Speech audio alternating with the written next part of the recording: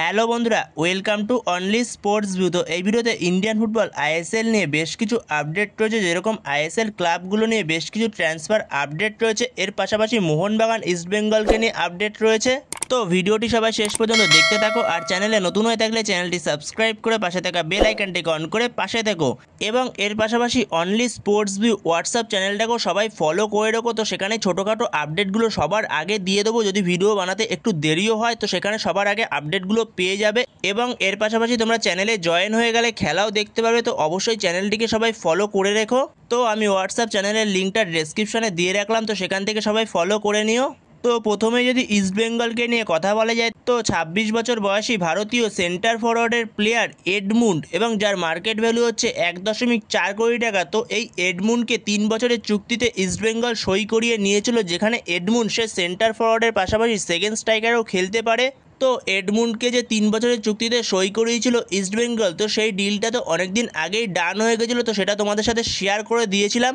তো এবার অফিসিয়ালি ইস্টবেঙ্গল থেকে এডমুন্ডের নামটা ঘোষণা করে দিয়েছে, যেখানে এডমুন্ডকে 2028 সাল অবধি ইস্টবেঙ্গল জার্সিতে দেখা যাবে।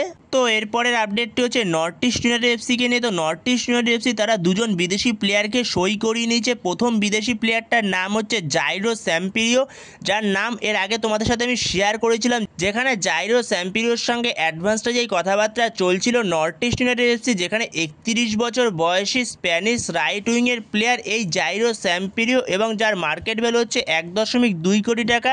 যে রাইট উইংয়ের পাশাপাশি লেফট উইংয়েও খেলতে পারে, যে এর আগে খেলেছে স্প্যানিশ সেকেন্ড ডিভিশন লিগে, জার্মানির ফার্স্ট ডিভিশন লিগে, এছাড়াও হাঙ্গেরির সেকেন্ড ডিভিশন লিগে খেলার অভিজ্ঞতা রয়েছে। তো সেখানে এই জাইরো স্যাম্পিরিওকে সই করিয়ে নিয়েছে north east United FC officially, এবং তার নামটাও ঘোষণা করে দিয়েছে নর্থ ইস্ট ইউনাইটেড এফসি থেকে। তো সেখানে নর্থ ইস্ট ইউনাইটেড এফসির জন্য যথেষ্ট একটা ভালো সাইনিংটা।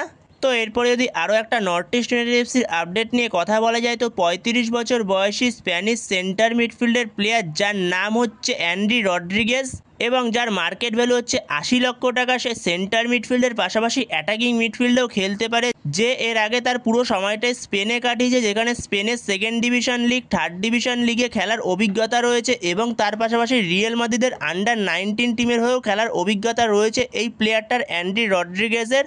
তো সেখানে নর্থ ইস্ট ইউনাইটেড এফসির জন্য যথেষ্ট একটা ভালো সাইনিং এই অ্যান্ড্রি রড্রিগেজ। তো তোমাদের কি মনে হয় এই অ্যান্ড্রি রড্রিগেজের সাইনিংটা কেমন হয়েছে নর্থ ইস্ট ইউনাইটেড এফসির জন্য? অবশ্যই কমেন্ট করে জানিও এ বিষয়ে। তো এর পরের আপডেটটি হচ্ছে এফসি গোয়াকে নিয়ে। তো 35 বছর বয়সী স্প্যানিশ ডিফেন্সিভ মিডফিল্ডের প্লেয়ার, যার নাম হচ্ছে ডেভিড টিমোর, এবং যার মার্কেট ভ্যালু হচ্ছে 1.6 কোটি টাকা। তো এই ডেভিড টিমোর সে তার কেরিয়ারের পুরো সময়টাই বলতে গেলে স্পেনে কাটিয়েছে, যেখানে এই ডেভিড টিমোর সে ডিফেন্সিভ মিডফিল্ডের পাশাপাশি সেন্টার মিডফিল্ডার এবং সেন্টার ব্যাকেও খেলতে পারে। তো যথেষ্ট একটা ভালো সাইনিং এই সাইনিংটা এফসি গোয়ার জন্য। তো এফসি গোয়া সাইনিংটা কমপ্লিট করে ফেলেছে, অফিসিয়ালি ডিল ডান হয়ে গেছে এই সাইনিংটা।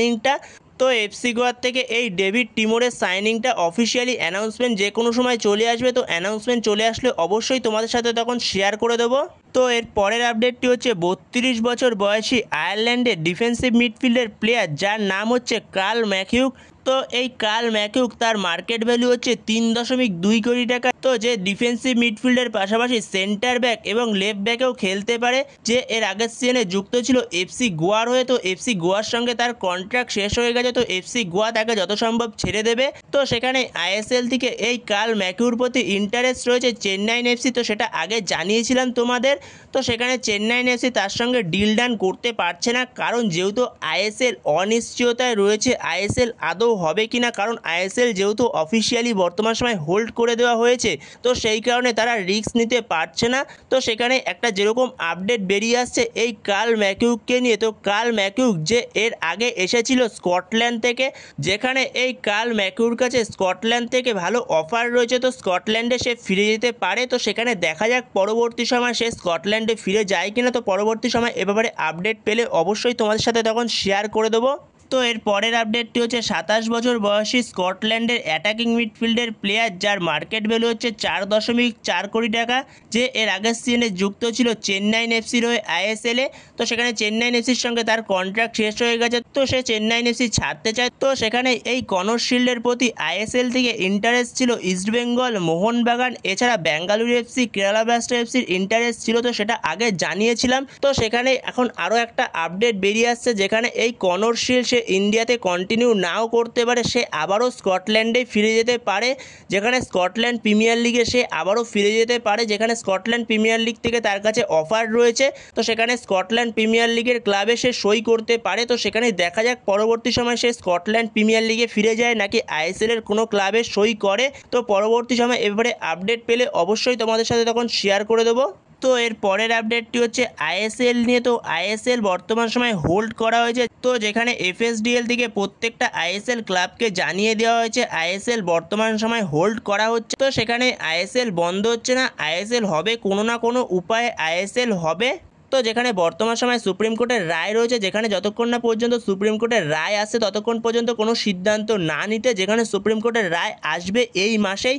তো সেখানে দেখা যাক সুপ্রিম কোর্ট থেকে কি রায় আসে। তো সেখানে এইবারে নতুন ভোট হওয়ার কথা রয়েছে, নতুন প্রেসিডেন্ট আসতেও পারে। তো সেখানে যখন নতুন প্রেসিডেন্ট আসলো তার সঙ্গে নতুন এমআরএ চুক্তি সই হয়ে সব কিছু কমপ্লিট হতে কিছুটা দিন তো সময় লাগবেই। যেখানে আইএসএল শুরু হওয়ার কথা সেপ্টেম্বর থেকে, তো সেপ্টেম্বর থেকে কোনো কারণেই আইএসএল শুরু হবে না, যেখানে আইএসএল শুরু হতে হতে মিনিমাম নভেম্বর অথবা ডিসেম্বর হতে পারে, অথবা আবার জানুয়ারি মাসও হতে পারে আইএসএল শুরু হতে হতে এই মরশুমে। তো সেখানে আইএসএল হবে এটা ধরে রাখতে পারো, কিন্তু এখনও পর্যন্ত অফিসিয়াল না যে আইএসএল হবেই। তো সেখানে দেখা যাক পরবর্তী সময় যেই আপডেটই আসুক না কেন আইএসএল নিয়ে অবশ্যই তোমাদের সাথে তখন শেয়ার করে দেবো। তো এরপরে যদি মোহনবাগানের একটা আপডেট নিয়ে কথা বলা যায়, তো মোহনবাগানের বিদেশি ডিফেন্ডার আলবার্তো রড্রিগেজ সে কি মোহনবাগান ছাড়তে পারে, যেখানে মোহনবাগানের সঙ্গে আরও এক মরশুমের কন্ট্রাক্ট রয়েছে আলবার্তো রড্রিগেজের। তো যেখানে অনেক জায়গা থেকে দেখা যাচ্ছে যে আলবার্তো রড্রিগেজ নাকি মোহনবাগান ছাড়তে পারে, যেখানে আইএসএল এর অনিশ্চয়তার জন্য নাকি আলবার্তো রড্রিগেজ মোহনবাগান ছাড়তে পারে। তো সেখানে আলবার্তো রড্রিগেজ কোনো রকমেই মোহনবাগান ছাড়ছে না, আলবার্তো রড্রিগেজ মোহনবাগানের সঙ্গে যুক্ত থাকছে, এটা পুরোপুরি একটা ফেক খবর। যেখানে আলবার্তো রড্রিগেজ মোহনবাগান ছাড়ছে, তো সেখানে মোহনবাগানের সঙ্গেই যুক্ত থাকছে আলবার্তো রড্রিগেজ, যেখানে আলবার্তো রড্রিগেজের সঙ্গে 2026 অবধি কন্ট্রাক্ট রয়েছে মোহনবাগানের। তো বন্ধুরা এই ভিডিওতে এই পর্যন্তই। তো এই ভিডিওতে এই আপডেটগুলো নিয়ে আলোচনা করার ছিল। তো ভিডিওটি ভালো লাগলে অবশ্যই লাইক, শেয়ার, সাবস্ক্রাইব করতে ভুলো না। তো নেক্সট ভিডিওতে দেখা হচ্ছে, ততক্ষণের জন্য বাই বাই।